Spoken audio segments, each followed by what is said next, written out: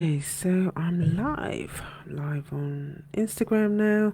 So, hi, greetings everyone. Good morning, good afternoon, good evening, wherever you are joining me on the planet. My name is June Allen. I am a racial trauma therapist and I am the founder of the Art of Greatness at juneallen.net. So, yeah, it's been a few days since I've jumped on live, but I wanted to come on and just talk to you about the importance of being kind to yourself. And hi, Rose, thanks for joining. The importance of being kind to yourself, and I'm going to share some tools about how to deal with racial stress.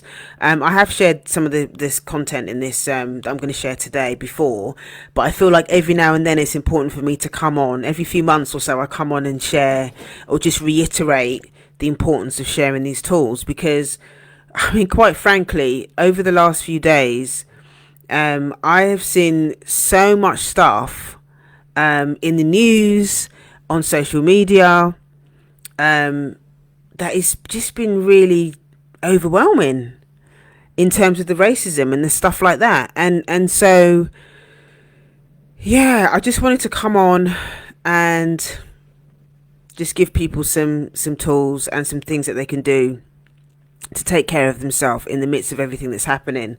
So some of the stuff that really, one of the stories that I found particularly, triggering was this story about this, the police handcuffing this mum in Croydon. She allegedly, hadn't paid her bus fare or something like that, which actually they found out afterwards that actually they'd got it wrong and she had actually paid her bus fare. But there's this video that's circulating about her being manhandled by police. She's with her young child. The boy's crying, really upset, traumatized. And it's just over the top. It's just over the top. They would not treat a white person the same way. They just wouldn't do it. For over a bus ticket? Really? £1.75 or however much it costs to get on the bus? It's just totally unnecessary.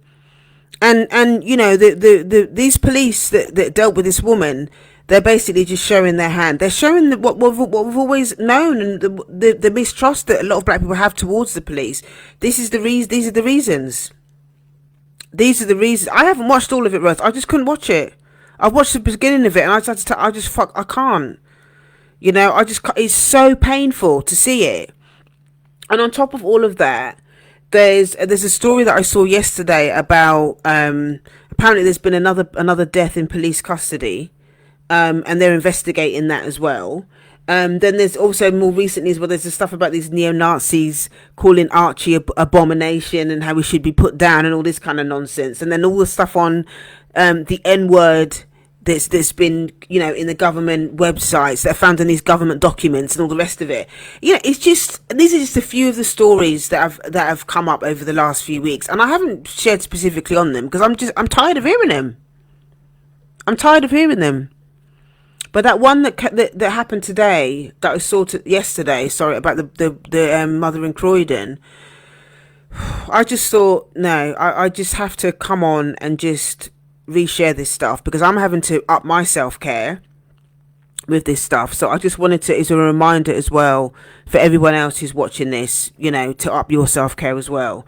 So yeah, I think what's really, really important is basically not to ignore how you feel around this stuff, not to ignore it, and to understand that, this is going to impact you. Just because it's not happening to you directly, it doesn't mean that it's not impacting you.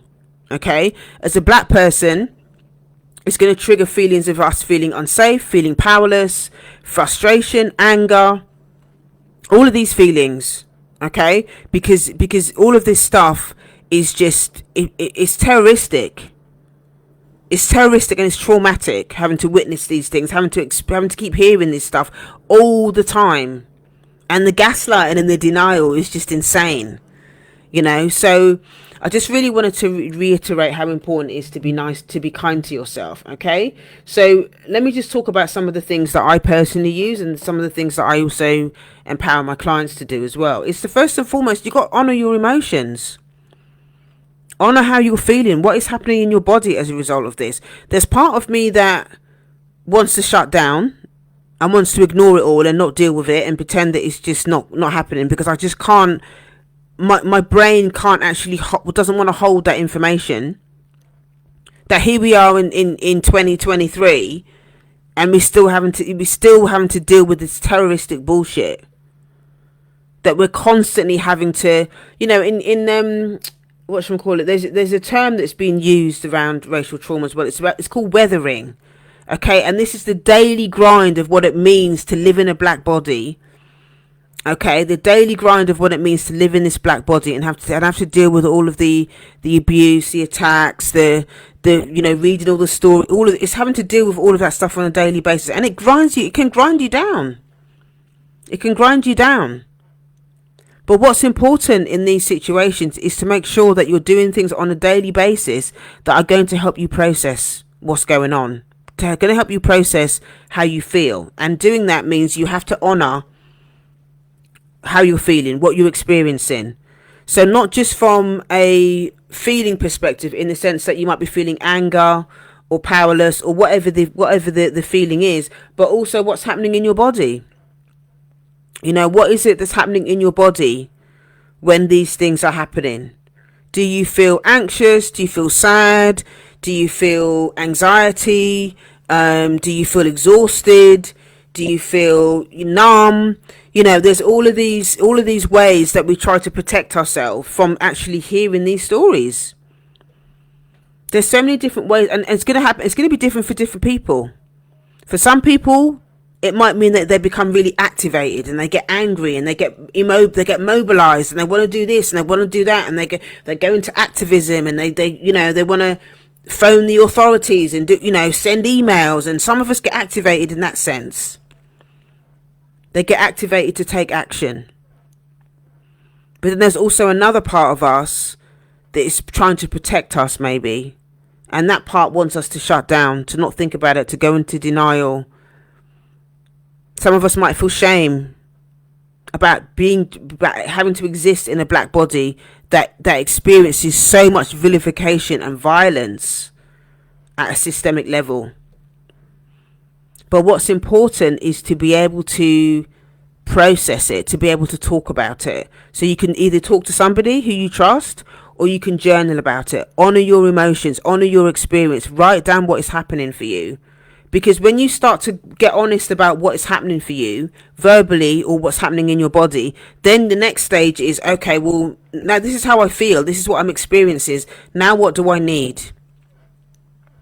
Ultimately, what we need is actually, we want to feel safe. We want to be able to go about our day and go about our business and not have to deal with this bullshit.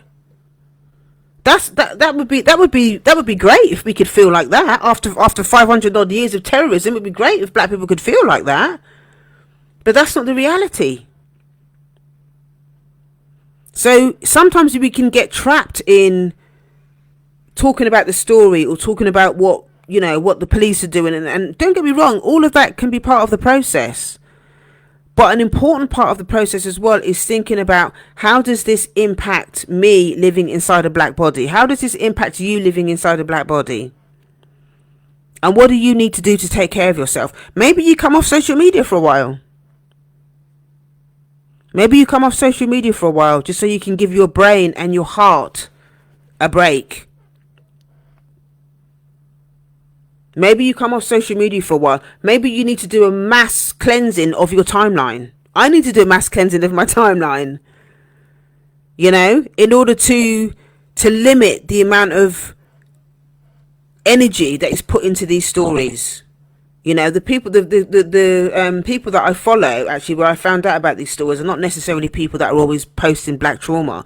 These are people that, people in the community that I trust, people in the community that I respect, that I found out this stuff.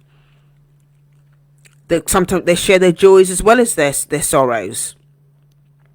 So the cleansing conversation, or the cleansing action, might be to just let go of the ones that are always talking about negative stuff, that are always talking about black trauma, that don't talk about solutions, that don't talk about hope.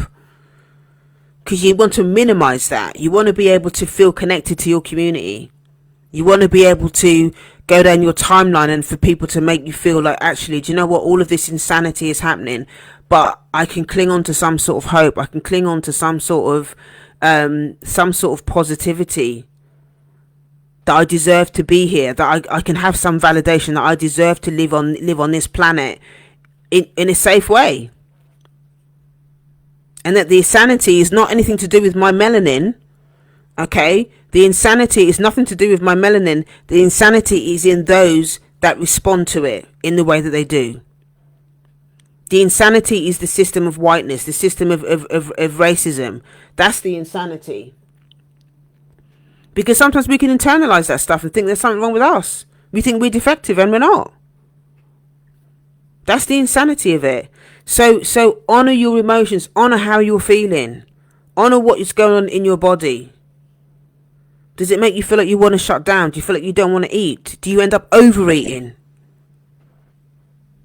Once you start to really think about how your body's responding to this stuff, then you can start to have conversations about what you need.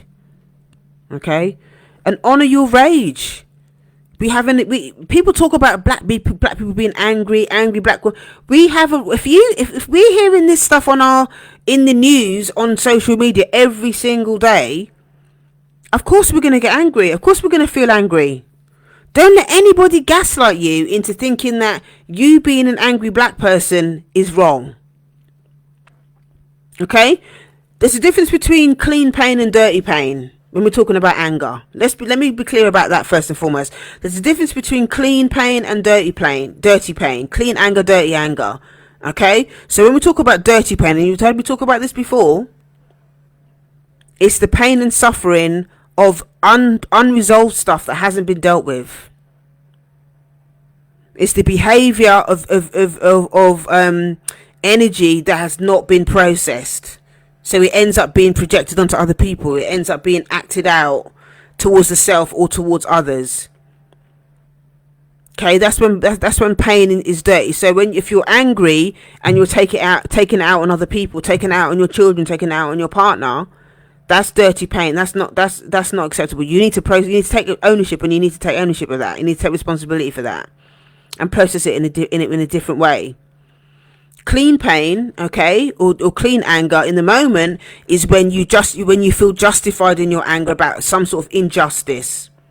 Okay, you feel injustice about this thing, and then you're going to use that anger that you feel in the moment to take action in a way that is healthy, that is going to help you to grow. Hi Marie, thanks for joining. Okay, this is going to help you to grow if it's clean pain. If you think about clean anger, okay, so make sure you're clear about these two things. And sometimes it might be a mixture of both. But how you behave when you feel in your anger, okay, is going to have a very different outcome. It's going to have a very different impact on how you move forward and how you deal with certain things. So think about that. Think about your relationship to anger, and how the different, whether it's clean pain or dirty pain, how that differs in your behavior, and what different choices you're going to make in those things. Okay, but when we think about all of this stuff that's happening to us, we need to really be honest with ourselves about the rage, about the anger that we feel. Okay, because at the end of the day, there's so much things that we're having to deal with, so much things that we're having to hold. And sometimes it feels, it can be a very lonely place for us as black people. We feel like, it feels like no one gives a shit about us, because we're catching heat from all over the place, all the time. So we have to find ways to be able to express our anger in a healthy way. And we have to be able to connect with others as well. Connect with your community. Okay, connect with your community. Let me give you some tools actually on how to release your anger in a healthy way. All right. I've talked about journaling already.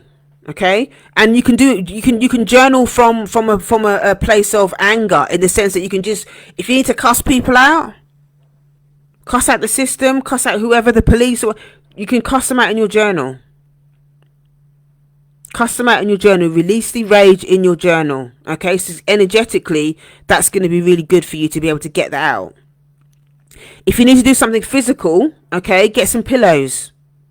Get some pillows, or maybe do it on your bed. Punch the bed.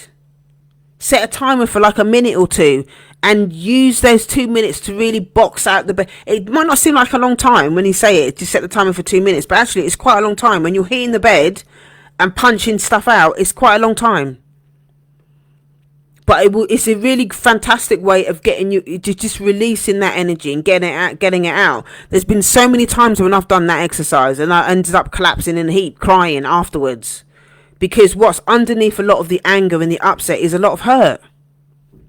And a lot of vulnerability. And it feels really, really good to get the energy out of your system by punching the bed and then just allowing the tears to come. A lot of us have so much stuff that we're holding on to that some of us don't even feel like we want to go to that place of vulnerability, because we feel like if we start, we ain't going to stop. So we just hold it in.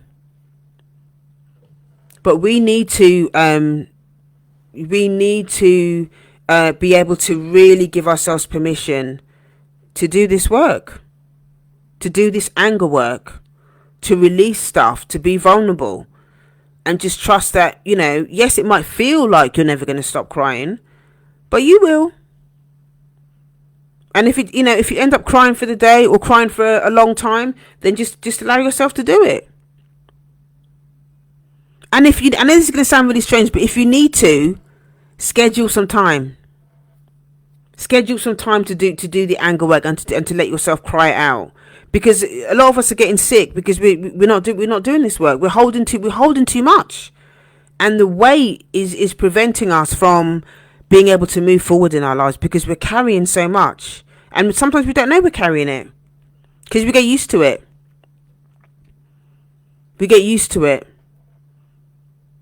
And it becomes an issue of us carrying so much weight, so much sorrow, so much suffering, that we don't know how to be kind to ourselves, because there's just so much that is put on us that we're trying to carry, that we don't know how to be kind to ourselves. We don't know how to be compassionate. We don't know how to be compassionate to ourselves because we've not been taught it. And the society is not compassionate to us. The system is not compassionate to us. The system don't care that we're being abused, that we're being beaten, that we're being betrayed over and over again. We might pay lip service. There's a lot of people out there paying lip service. Isn't it terrible? But what is actually being done to change things? From a systemic point of view, what are the police actually really doing? Let's be honest. Let's be having a conversation about this keeps happening over and over again. Why? Because that's how the system is set up. That's how the system is set up, and change is slow. There's a lot of tokenism going on in a lot of these organisations. There's a lot of tokenism that goes on in these organisations. Let's just get a black person in to do this, that, and the other. But are they really actually doing anything that's really going to change the culture?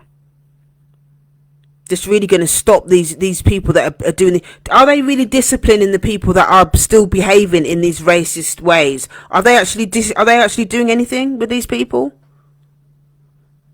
Except suspending them or whatever? Are they actually doing it? Are they actually doing anything that's going to create lasting change? Thinking about all of these things and having these types of conversations can be exhausting for us as black people. So sometimes you just need to take time out. You just need to take time out and give yourself permission to just step out. Because it is tiring. It's tiring. It can be tiring living in a black body.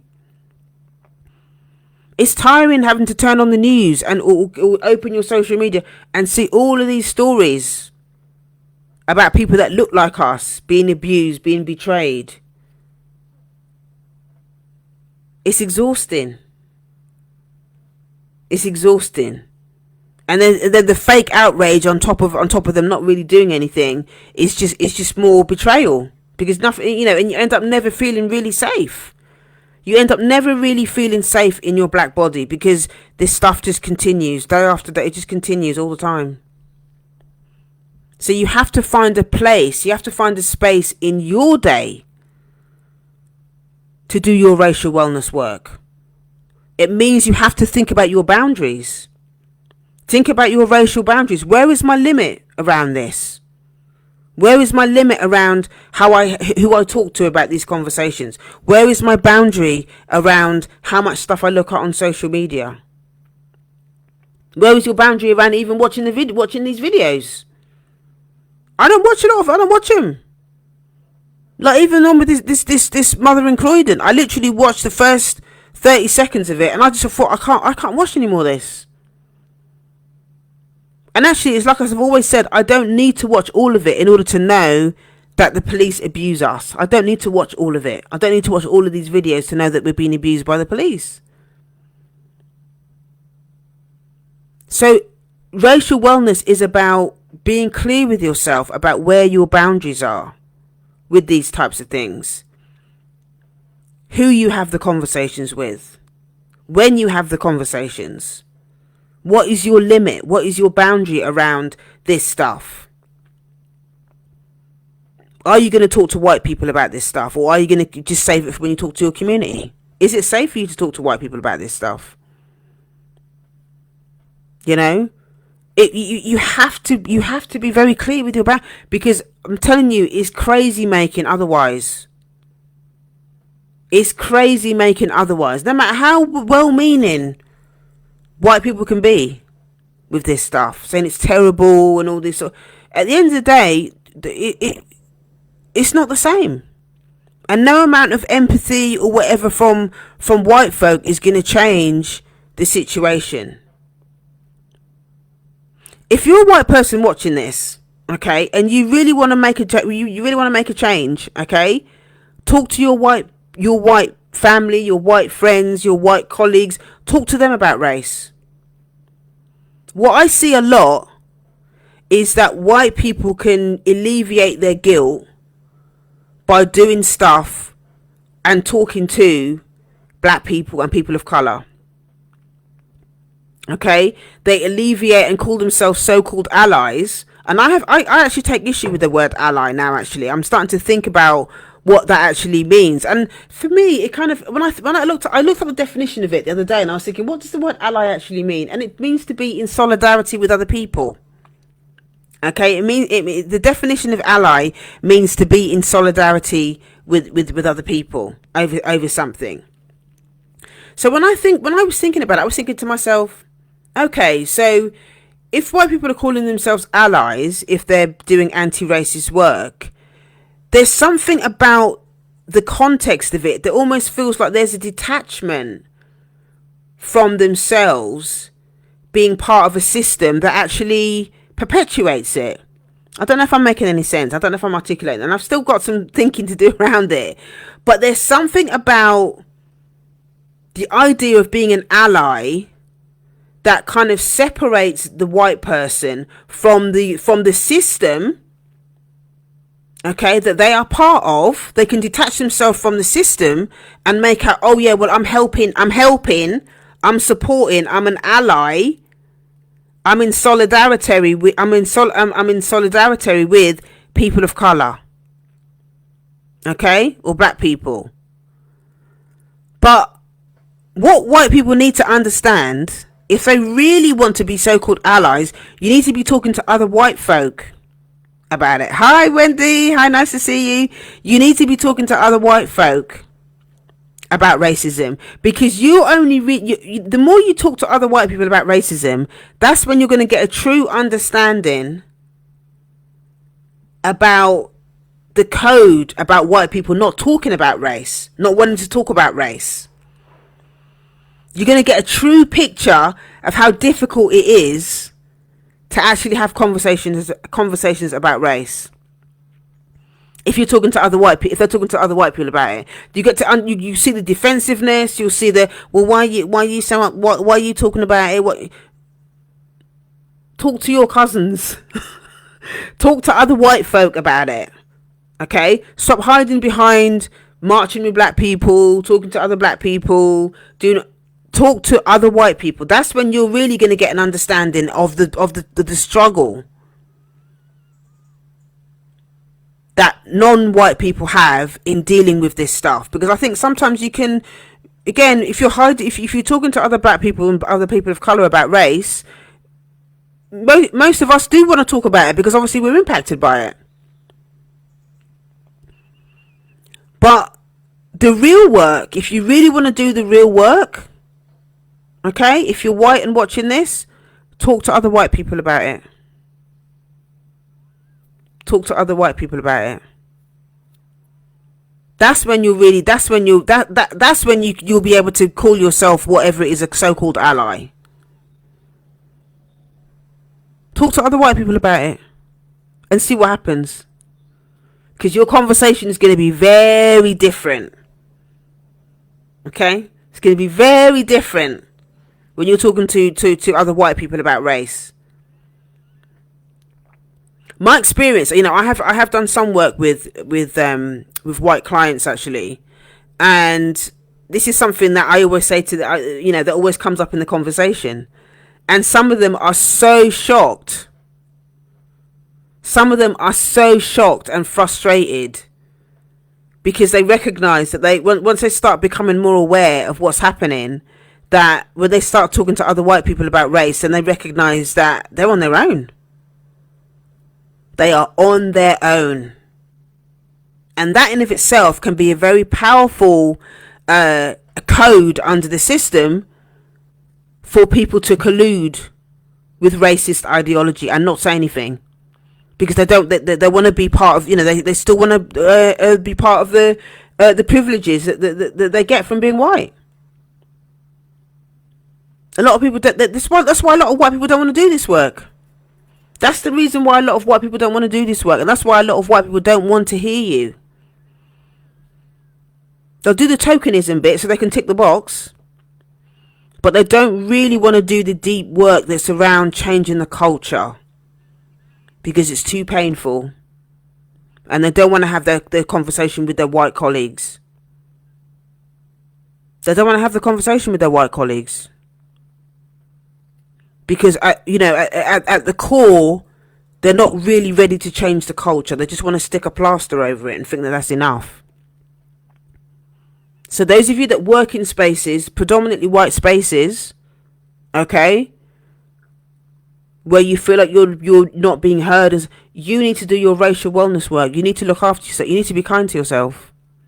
Because this shit is crazy making. The gaslighting. Oh my God, conscious or unconscious, the gaslighting is real. The gaslighting is no joke. So you need to have your awareness on point. You need to have your awareness on point so that you can take care of yourself first and foremost when you're in these situations. You need to be kind. I can't stress that enough. And when I say being kind to yourself, it's not the kind of like, oh, I'm just going to do some affirmations and, it's not that. I'm talking about a revolutionary type of self-compassion that is boundaried. Okay? A revolutionary type of self-care and self-compassion that is boundary, that won't take no bullshit. Where the boundaries have to come from the inside, not the outside. Okay? And what I mean by that is you have to be clear with yourself about what you will and will not put up with. And it's not about putting up with anything, actually. I'm going to rephrase that. It's not about putting up with anything. It's about you being clear internally, is that I'm not going to be spoken to in that way. I'm not going to do that. Okay? I'm not going to be in this environment. I'm not going to allow myself to be hoodwinked or gaslit or talking to any sort of type of way. Okay? You need to understand and be clear internally about what works for you and what doesn't. Because setting the external boundaries with others, with your colleagues at work or whatever, none of that stuff is going to work. If you don't first be clear about what your internal boundaries are. And a lot of the time, that's the issue. A lot of us struggle with our external boundaries because we haven't yet been clear about what's going on for us internally. Boundaries are not for other people, they're for you. you have to first be really clear about what your values are and what feels right for you internally. There are certain conversations for me, okay, that I won't have with white people. There are certain conversations that I will not have with white people. And the reason for that is because I know where my limits are. And I know what my triggers are. And I also understand that when we think about, you know, the context of race and really having the deep conversations, a lot of them don't have the resilience. They don't have the capacity. And that's just the way that the system is set up. The system is set up for, it's hard enough for black people for us to talk about race, let alone white people. It's hard enough for us to have honest conversations about race, let alone white people. And let's be real. When we're having conversations, okay, with white people about race, what we're essentially asking them to do is to give up something that has been benefiting them for hundreds of years. We are asking them to give up privileges that they have benefited from for hundreds of years. We're asking them to give up their power. And they don't want to. They don't want to give up power. They don't want to share their power. And it's not about, you know, no matter how much you say, you know, about being a good human and about everybody, we're all the same and all that kumbaya stuff. No matter how much we talk about all of that stuff, the bottom line is there are a lot of people that don't want to give up their power. They don't want to give up their power. And this is where the crazy making comes in. Okay? The crazy making, hi, thanks for joining. The crazy making comes in. Okay? The crazy making comes in when you start to internalize all of that. And you think to yourself, oh my God, then maybe there's something wrong with me for wanting something different. Maybe there's something wrong with me because I want to be treated like a human being. Under the system of oppression, under the system of racism, black people are not human beings. Okay? That's why we're treated the way that we're treated, because under the system, you know, according to Reshma's work, okay, I know I've been harping on about Reshma, but according to Reshma's work, okay, we are not human beings under the system. We're not human beings. So the system can justify treating us the way that we're being treated because we're not human. Okay, we're not human. And this is why it's so important for you to do your own work, to do your revolutionary self-care work. Okay, your self-love work, your self-compassion work, your revolutionary work. That's the real revolution. Okay, the real revolution is doing this work, is caring for yourself, understanding your needs, all of that stuff. Because if you just keep thinking about self-care as, oh, I'm going to go and have a bath, that's not enough. It is hard to accept it, and I know it's hard to accept. This is why I say this stuff. I know it's hard to accept this stuff, but at the end of the day, if you don't have an awareness around what's going on, if you don't have an awareness around the reality of a lot of this stuff, it's crazy making. It's crazy making. And you need to be in a position to be able to take care of yourself in a way that will make you very clear.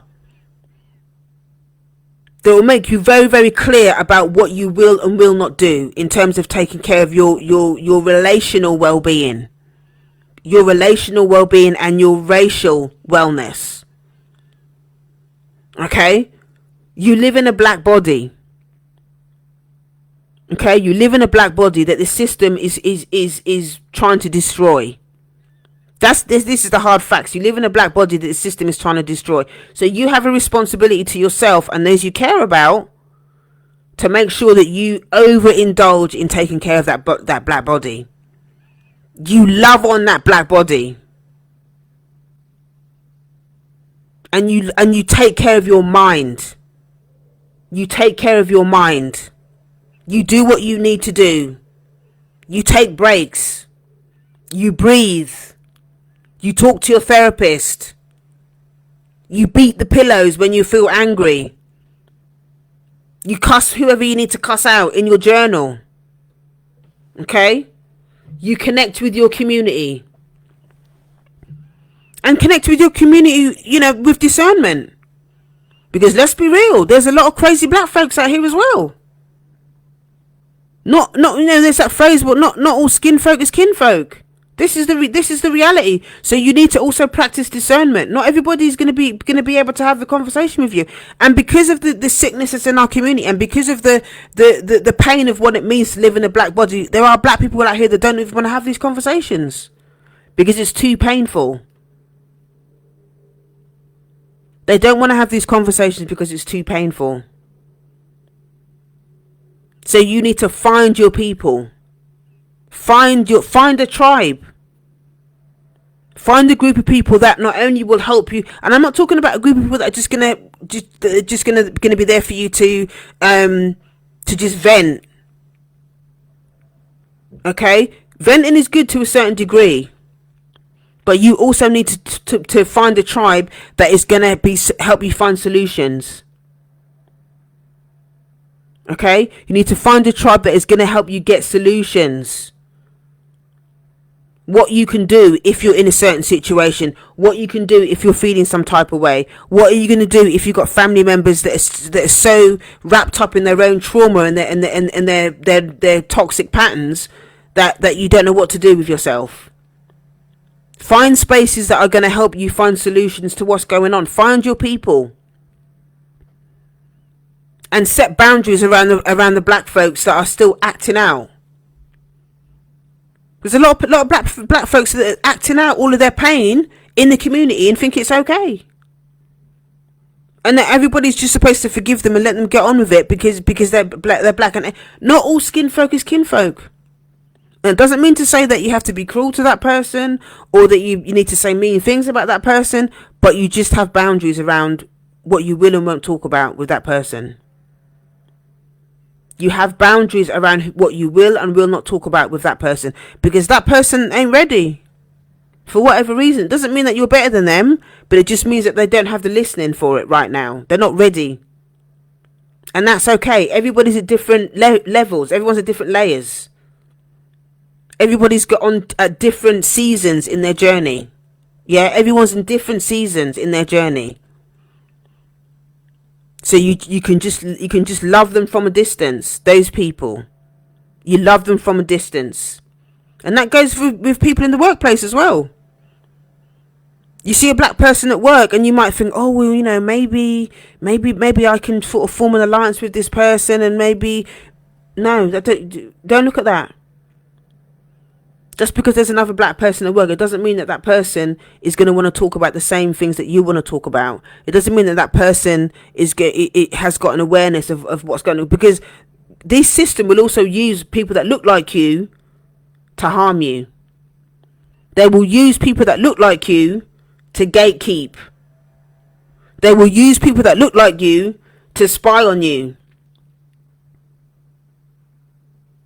They will use people that look like you so they can tick a box, but they ain't got no power. They're just there to tick a box and go, oh yeah, well we've got a black person in that role, you know, we'll just let them do that now and whatever. But there's no change in the culture. They're just ticking a box, and a lot of people are being used doing that. And that's not to disrespect anybody, because at the end of the day we all have to make a living. But it's having an awareness around how the system is using us or using our people to turn against each other. Okay, so Wendy's saying that's a hard historical. Listen, the system is set up like that.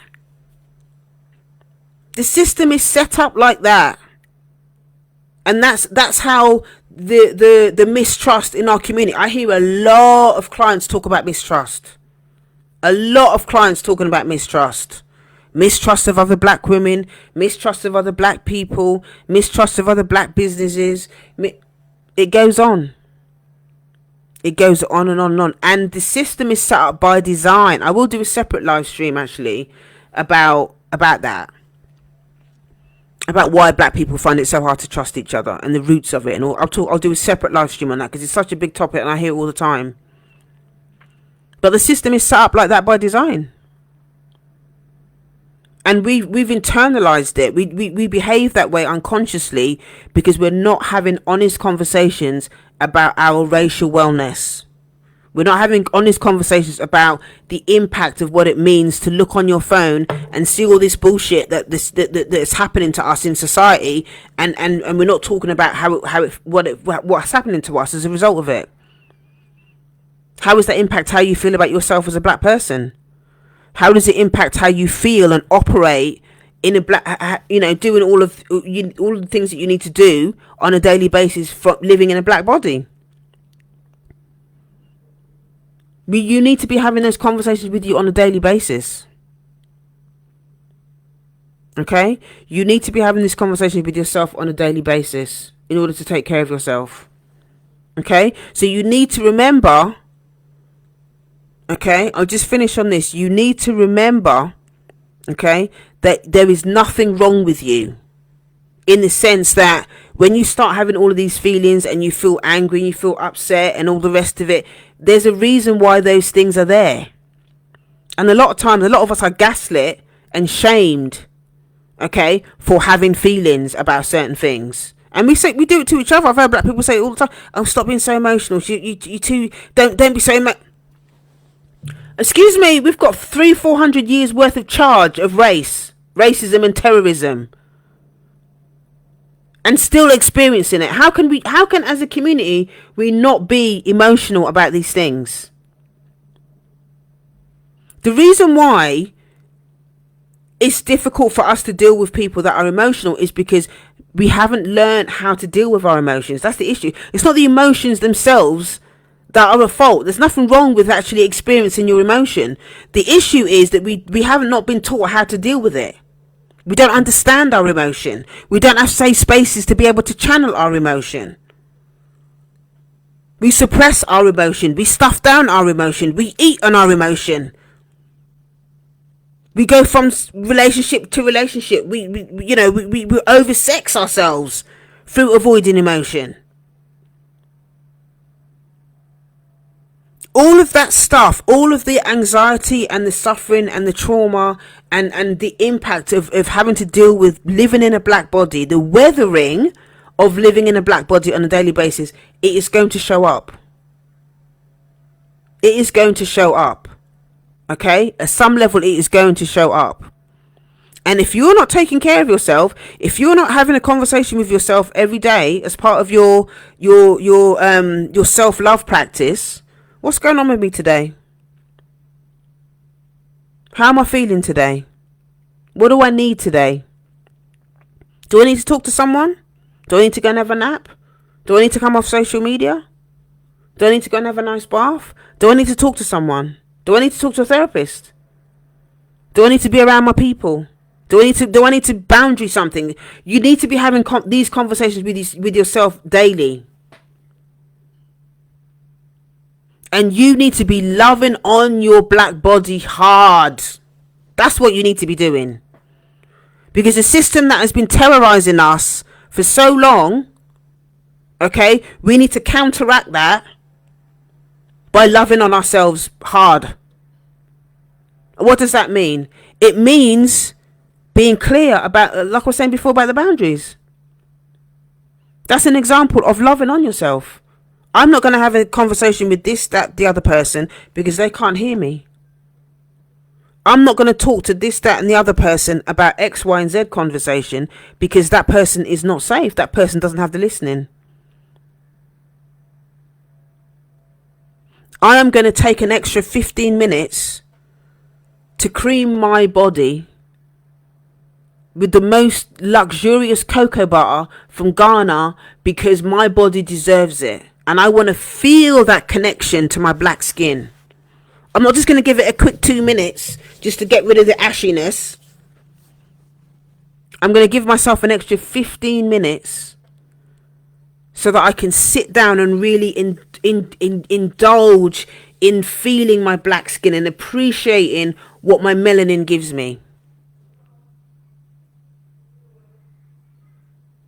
I'm going to do whatever with my hair today. I'm going to celebrate my hair today. I'm going to celebrate my hair today. I'm going to put some extra grease on my shiny head today, on my bald head today, because I'm a black woman and I love my bald head. These are all little things that you can do that can become part of a practice of being kind to yourself in the most revolutionary way. And don't underestimate those things. Don't underestimate those things, because every time you open your phone and you're looking at something on social media and there's story after story after story after story about a black person getting harmed, you're internalizing all of that. And if you're not counteracting all of that stuff with ways that for you to take care of yourself, like I just said, you're gonna think that there's something wrong with you as a black person. You're gonna think there's something wrong with your black skin, and there ain't nothing wrong with your black skin. Your black skin is magnificent. That's why you're being targeted. Your melanin is magnificent. That is why. Why do you think, if there wasn't something magnificent about melanin, why do you think we that's the reason why we're being targeted the way we're being targeted? If there wasn't something magnificent about it, why do you think that we are being brutalized at the level that we're being brutalized? Think about it like that. There's something about melanin, okay, that is so triggering to racists that they have to behave the way they behave. Your melanin is magic. But we don't think it's magic because we're having to hear all of this stuff all the time, telling us about how our melanin is bad and it's this and it's that, and we internalize all of that, and then we think there's something wrong with us. There ain't nothing wrong with you. There ain't nothing wrong with you. We've just internalized a whole load of bullshit over the last 400 years, and we believe it about ourselves because that's what the system has told us, and we've internalized it and we believe it about ourselves. But it's a lie. It's a lie. Yes, Wendy, give me another fist. It's a lie, and we need to start recognizing that these lies, that we've internalized these lies. That's the work. That's the real revolution. It's understanding it's understanding how you've internalized all of that bullshit, and then how you act it out in your life, how it plays out in your life. So think about, when you think about being kind to yourself, when you think about self-compassion, when you think about revolution, okay, think about how you can start to incorporate more practices, okay, around how to take care of yourself. If you go to my website, actually, go to my if you go to heal.juneallen.net, that's heal.juneallen.net, that's heal.juneallen.net. If you go there, you will find there's a tab there that says free tools. Go to the free tools tab and it will take you to a page. It's got loads of stuff, and I think there's one thing that you can sign up for. It's 101 self-love tools. 101 simple self-love tools that you can really learn how to love on your black body. Go and sign up for it. It's absolutely free. Okay, it's absolutely free. It's going to give you 101 different ways to love on yourself, and you can add your own. But these are the things that have to become a practice. Okay, we have to stop doing our looking after ourselves and only do it when we're in crisis. Okay, stop doing your self-care when you're in crisis and start making it a daily practice, so it's preventative. You can't do nothing about all the craziness that's happening out in the world. But when you're at home, okay, in your own space, you are in control of that. So make your home a sanctuary to love on your melanin. Make your home a sanctuary to love on your melanin, because you are in control of that. When you close the door behind you, you are in control of that space. There's loads of stuff in the 101 tools actually, where you can, putting up quotes and doing all that kind of stuff. There's loads of stuff there. But, really be intentional about it. So when you come home, it feels like your sanctuary. It feels like your melanin sanctuary. Don't allow, whether it's through your computer screen or whether it's through your phone, don't allow these people to come in and twist up your head. Don't allow the system to come in and twist up your head. Stay aware of it. Stay alert.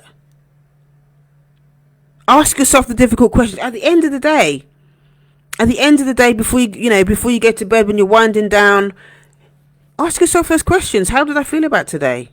Was there anything that I saw on social media that really upset me, that I need to write, that I need to journal about? These are the things that are going to help you get this stuff out of your psyche and out onto paper, and help you to maintain a much healthier sense of self. Okay? If you can't afford to go to therapy and stuff like that, this is what you can do instead. This is one of the reasons why I do these live streams. Not everyone can afford to get a therapy. I get that. So you use these tools instead to take care of yourself. So make sure you're releasing stuff, releasing your anxiety, releasing your anger, reflecting. Okay? Reflect on through your journaling. Reflect on what's going on for you. Reflect on what you need. And renewal. Love the shit out of that black body. Love on your melanin.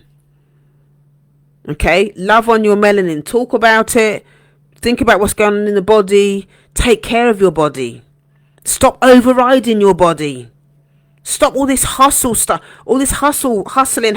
You don't need to be hustling all that. Stop hustling and start feeling. Stop hustling and start feeling. Start dropping down into your feelings. You'll start feeling a lot better when you start allowing yourself to just breathe into what's happening in your body. Your body has got so much that it wants to tell you. So much that it wants to communicate with you. Your body will tell you how to love it. Your body will tell you how to love on your black body. But you have to get quiet enough in order to listen to it. Yes, Rose. Your body wants to tell you all of these things, but you have to be open to listen to it. Stop listening to it's about changing the narrative from what you're internalizing externally and start going within. Start going within and listening. This is how you start to trust yourself more. By listening. Take the time to be quiet without judgment. Don't let that inner critic start to tell you that you're this and you're that and that what you're doing. Don't let your inner critic do that. There's a sacred part of you inside, okay, that will tell you everything that you need to know. What you're looking for is already within you. You're just disconnected from it. Okay? What you're looking for is already within you. You just disconnect. You just need to reconnect to it. And you start by being in solitude. Start with 5 minutes. Start with 5 minutes. So these are the 3 things that I want you to go away from it. Release, reflect, renew. Okay? Release, reflect, renew. Find something to do with those 3 things every day. Okay? That is going to help you be much kinder to yourself, to release your stress, and to really maintain and improve the relationship that you have with yourself. All right? So I'm going to leave it there for today. I hope you're having a good week so far. If you know somebody that would benefit from this live stream today about being kind and revolutionary kindness, I'm going to rename it and call it revolutionary kindness. Okay?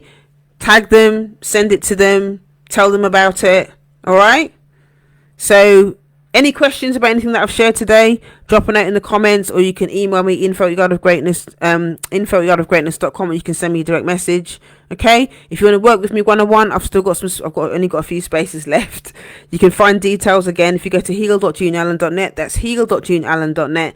That's heal.juneallen.net. If you're a business owner, okay, and you want some coaching, you want to work with me doing some stuff about how, if you know, if maybe you're a student therapist and you want to set up your private practice, I'm actually going to be doing a business school at some point later on in the year. You can click a link in my bio and you can also register your interest there as well.